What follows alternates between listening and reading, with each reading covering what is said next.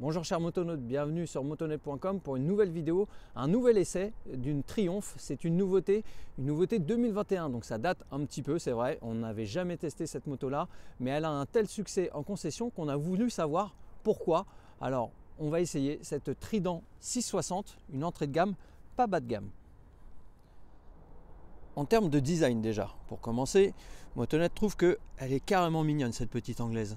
Elle a un look sympa, néo-rétro qui lui permet de se distinguer des street triple et puis aussi de la concurrence japonaise ou européenne qui sont très typées manga actuellement avec des lignes tranchées, parfois un peu torturées.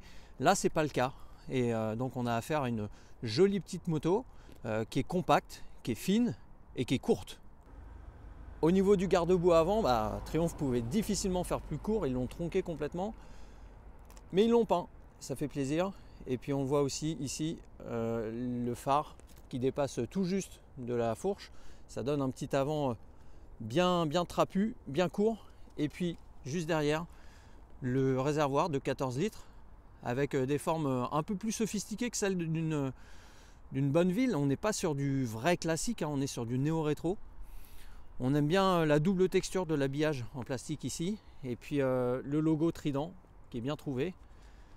Juste devant le logo Triumph qui est mouse et puis qui est en autocollant, mais on a gratté un peu, vous pouvez y aller, ça a l'air d'être résistant. Au niveau de la partie arrière, c'est réduit à sa plus simple expression. En termes esthétiques, c'est super sympa. En termes pratiques, un peu moins, on le verra un peu plus tard. Le support de plaque, il est déporté, donc ça allège complètement la boucle arrière. Du côté droit, c'est plutôt aérien, c'est sympa. Du côté gauche, toujours, on trouve que c'est un peu lourdeau. Mais c'est un choix qui est de plus en plus pris par les constructeurs et visiblement, les clients aiment bien, donc on va pas faire les difficiles. Sympa aussi, c'est la finition du moteur, biton, noir, un peu gris ici. Il y a la finition chromée aussi des platines de repose-pied, bref. On n'en finit pas de s'ébahir devant une si jolie petite moto. Allez, quand même, un petit point négatif à la rigueur. Les rétros, qui marchent très bien, qui sont très pratiques, mais qui auraient pu être ronds, un peu comme le phare et puis l'instrumentation. Vous inquiétez pas, il y en a dans le catalogue des accessoires. Triumph y a pensé. L'instrumentation est à l'image de la moto. Elle est très classique dans son look, elle est ronde comme le phare, mais elle est très moderne. On voit ici donc dans la partie supérieure un affichage LCD noir et blanc avec un joli contraste, aucun problème de lecture. Le contour, la jauge essence, la vitesse. Et puis en dessous dans une petite lucarne qui est en couleur cette fois, on a les informations secondaires on va dire. Donc là il y a le témoin de rapport engagé, l'heure, la date. Et puis on fait défiler ensuite grâce au commodo qui se trouve ici. Alors c'est des commodos qui sont assez basiques d'aspect, mais ils sont très pratiques, ergonomiques, il n'y a pas de hic. Et donc on va circuler là dans les menus et sous-menus. Menu principal, on y accède quand la moto est à l'arrêt pour configurer les traction control, le mode de conduite, les affichages, toutes les unités. Et puis ensuite on trouve les trips partiels 1 et 2 avec les temps et les vitesses moyennes. On trouve bien sûr la consommation instantanée, consommation moyenne, la température moteur.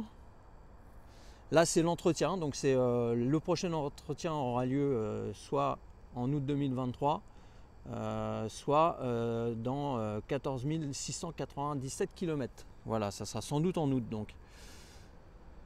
Le contraste. Voilà, on peut jouer la luminosité, pardon, on peut jouer avec.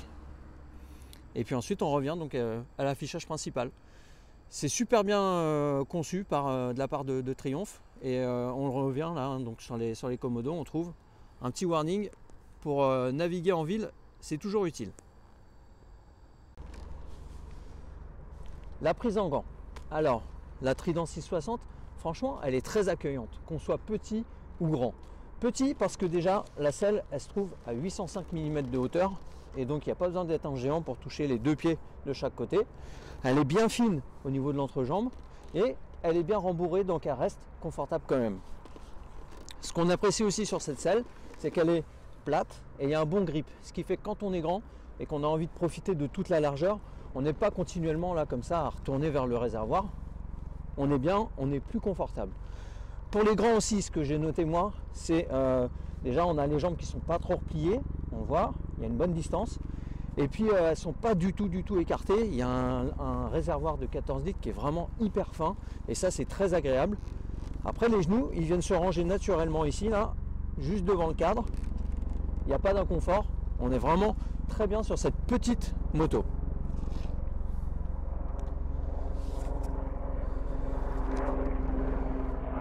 Salut! Ah, c'est les gars en hélicoptère, je les ai semés tout à l'heure, là ils n'étaient pas contents du tout. Bref.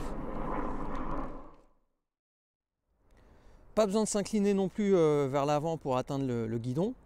On a une position qui est très naturelle avec un dos bien droit. On a le regard bien haut, donc pour les débutants c'est important. On a vraiment une sensation de superviser la circulation, il n'y a aucun souci. Et ça reste confortable aussi, très confortable même pour les poignets. Au niveau des mains toujours, on note là, réglage en écartement du levier de frein sur 5 positions. Donc quelle que soit la taille de ces minoches, on trouve son réglage. En revanche de l'autre côté, on n'en trouve pas. Voilà, pas de réglage. Donc les petites mains auront peut-être un tout petit peu de mal. Mais franchement, la commande est facile, elle est progressive. Donc ça le fait bien. Le duo, il est envisageable. Parce qu'au niveau des pieds, il n'y a aucune gêne. Même nous, avec des bottes en 44, on arrive à poser nos pieds sans souci. Le passager, lui, il a donc sa propre petite paire de repose-pieds, livrée d'origine, merci. Et puis il y a la selle, donc qui est un peu plus haute, qui permet d'avoir une vue un peu plus dégagée. Elle n'est pas hyper large, mais elle est bien rembourrée elle aussi. Ce qu'on note, c'est que les poignées passagers, elles, sont en accessoire. Et donc en version standard, il n'y a absolument rien pour s'agripper, sauf le pilote à l'accélération. Et puis on tend la main vers le réservoir au freinage. Voilà, c'est un peu primaire, c'est pas forcément très rassurant. C'est un peu dommage parce que la Trident, elle est facile à manœuvrer. Et puis elle est sympa à conduire en ville. On va en parler tout de suite. Le premier plaisir qu'on a avec la Trident, déjà, c'est la démarrer. Parce que pour un petit moteur de 660 cm3, il a une sonorité qui est vraiment impressionnante. On dirait une grosse cylindrée. C'est extrêmement valorisant pour le propriétaire. Et puis c'est pas saoulant pour autant pour ceux qui l'entourent. Pour les autres usagers de la route, franchement, il y a un bon compromis entre plaisir ressenti et puis respect des autres. On écoute ça.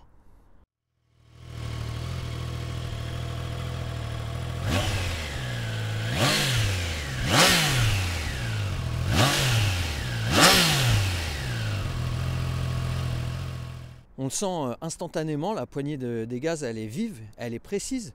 Les montées en régime sont très rapides. Donc on est en présence d'un petit moteur bien gai, bien joyeux, bien vif. Et puis il est à la fois, c'est assez surprenant, mais il est à la fois très souple et volontaire. Et il accepte en fait de circuler en ville sur le 3e, voire sur le 4e rapport. En ville, globalement, on peut rester sous les 3000 tours, tranquillement, pour devancer sereinement le flot de la circulation. Le moteur il bronche pas, il n'y a pas d'à-coups, il n'y a pas de petites vibrations désagréables, c'est vraiment un pur bonheur. Et puis sur route, passer 5000 tours minute, le moteur change de registre, le rendement tourne au rugissement avec une boîte à air qui ronfle bien et puis un échappement qui commence à feuler légèrement. On se croirait presque aux commandes d'une Moto 2, je pense que les fans de MotoGP vont adorer. Voilà, il n'y a pas de vibration, que ce soit à basse comme à haute vitesse d'ailleurs. Sur le 6e et dernier rapport, la moto, elle prend 21 km/h au 1000 tours. Donc je vous laisse faire le calcul. On se cale à peu près à 4500 tours sur petite route, à 7000 tours sur autoroute. Et puis théoriquement, on doit pouvoir dépasser les 200 km/h en vitesse de pointe. Mais ça sera sur Autobahn, hein, c'est en Allemagne uniquement bien sûr. Ou alors sur circuit. Ce petit moteur 660 de Triumph, il est vraiment super sympa dans le sens où il est souple, il est docile, bas dans les tours et en ville, il fera le boulot très très correctement. Et puis sur route, il va tracter avec vigueur, on l'a dit, hein, à partir de 5000, ça commence vraiment à pousser. Et puis après, il y a une poussée linéaire qui va jusqu'aux 81 chevaux qui sont perchés à 10 250 tours minute d'après Triumph. Donc ça fait une plage d'utilisation qui est gigantesque, qui s'étend du ralenti jusqu'au rupteur, avec un couple maxi dans les mi-régimes à 6250 tours minute exactement, de 64 Nm.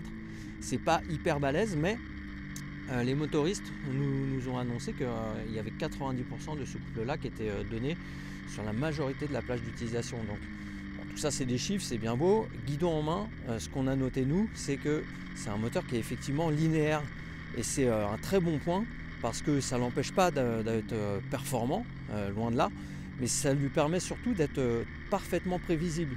Donc ça donne confiance aux motards qui débutent, ou à ceux qui ont que quelques kilomètres, voire quelques mois, quelques années d'expérience. Ça permet de prendre confiance petit à petit, et ça incite doucement mais sûrement à accélérer de plus en plus fort et de profiter après de tout le potentiel de cette moto qui, je le rappelle, hein, peut être bridée à 47 chevaux et demi pour les permis A2, les 2 premières années du permis.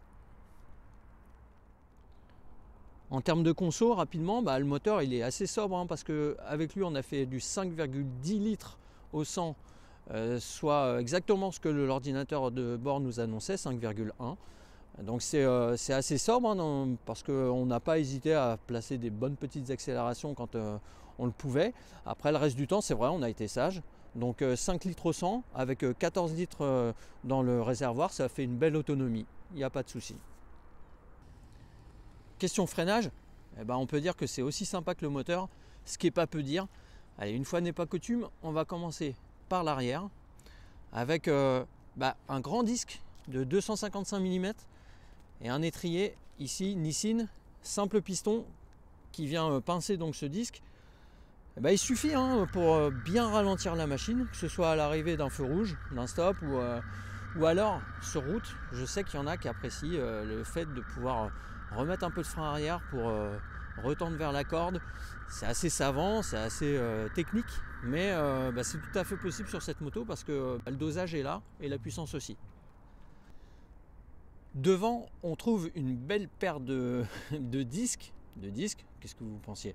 De 310 mm qui sont pincés par des étriers, on le voit ici, Nissin, avec 2 pistons coulissants. Quoi, seulement 2 pistons, vous avez envie de nous dire? Oui, effectivement, c'est pareil. Si on regarde les fixations, c'est pas de la fixation radiale. Il y a moins d'esbrouf que sur certains concurrents, même chez Triumph d'ailleurs, qui met pas mal de styléma sur ses motos. Là, on a fait des économies, que ce soit du côté du constructeur, mais aussi, on l'espère, bien sûr, du conducteur. En termes de performance, il y a vraiment ce qu'il faut. L'attaque au levier, elle n'est pas intimidante ni inquiétante. C'est un bon point, surtout pour un modèle qui se destine à des motards qui ont une expérience relativement limitée, on va dire. Et puis le mordant, il est raisonnable. Donc la progressivité, elle est très appréciable. La puissance, elle est plutôt insoupçonnable, hein, de la part de matériel entre guillemets basique. Et donc franchement, il y a moyen de faire les freins aux petits camarades qui font les malins avec du matos plus beau, plus Brembo même. Le système ABS, qui est une obligation en Europe et en Angleterre aussi, hein, malgré le Brexit. On sent qu'il y a des petits tressautements, mais les interventions elles sont très rapides, très limitées. Et que ce soit sur le mouillé ou dans le froid, comme lors de cet essai, hein, il fait 0 degré à peu près, il n'y a vraiment pas de souci. La Trident, elle s'en sort d'autant mieux qu'elle est très bien montée d'origine, avec des Michelin Road 5 qui montent bien en température et puis qui assurent un très bon rythme. Même sur le mouillé, alors très bon rythme, hein, on n'essaie pas de péter un chrono ni de péter sa moto, mais il donne confiance, et notamment grâce à ces petites lamelles là qu'on trouve, qui ressemblent un peu à ce qu'on trouve sur les pneus hiver des voitures, et qui donnent donc un très bon ressenti sur le mouillé, un très bon grip. On l'a dit, l'anti-patinage c'est pareil, il n'a pas trop de difficultés, il rentre en action que vraiment si on brusque la gomme, et l'intervention tardive de l'électronique c'est plutôt flatteur pour les pneus Michelin. Les conditions de roulage qui étaient assez difficiles quand même, faut le reconnaître, nous ont permis de tester le mode Rain qui se trouve ici, voilà, et qui en fait active une cartographie légèrement différente. Le mode d'anti-patinage est lui aussi un peu plus préventif. Alors au guidon, on trouve effectivement que la moto accélère moins fort, elle est plus douce à la poignée des gaz, mais finalement par rapport à la version full, entre guillemets, la version road, le moteur est déjà très prévenant et du coup l'intérêt de ce mode Rain il est assez limité, d'autant que on l'a dit, en plus il y a des assistances électroniques qui veillent au grain en cas de freinage d'urgence ou en cas d'accélération vraiment trop généreuse. Donc bon, c'est bien de l'avoir dans l'argumentaire pour les commerciaux, mais à la conduite en tant que proprio, on oublie assez vite ce petit mode pluie. Partie cycle toujours, on trouve à l'avant une fourche Showa SFF avec donc fonction séparée, joli petit gabarit, 41 mm de diamètre. Derrière, on trouve un mono amortisseur central, bien sûr. Enfin, bien sûr, c'est pas toujours évident sur toutes les motos, mais là c'est le cas, qui relie donc le bras oscillant en alu au cadre tubulaire, mais en acier cette fois. Donc c'est pas en aluminium comme on trouve sur les Street Triple. Après tout, on s'en moque pas mal parce que au final la machine est légère, 189 kg sur la balance du constructeur, et pour Motonet, aucune difficulté pour la mouvoir, que ce soit moteur coupé ou à très basse vitesse.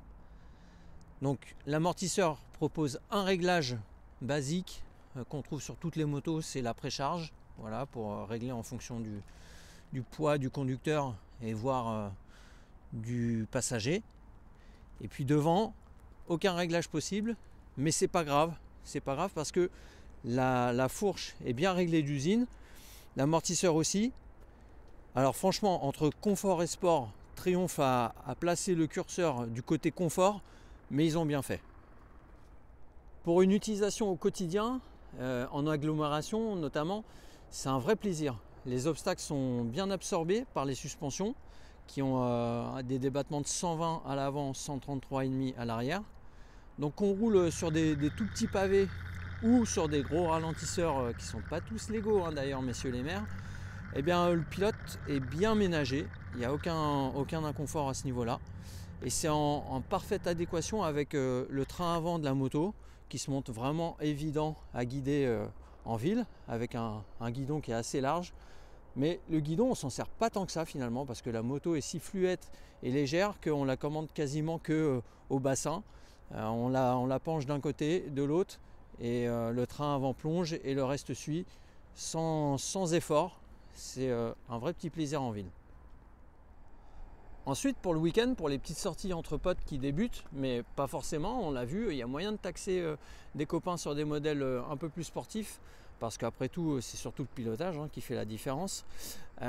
Ok, la fourche de la Trident, elle offre un appui assez limité sur les gros freinages, elle finit par plonger.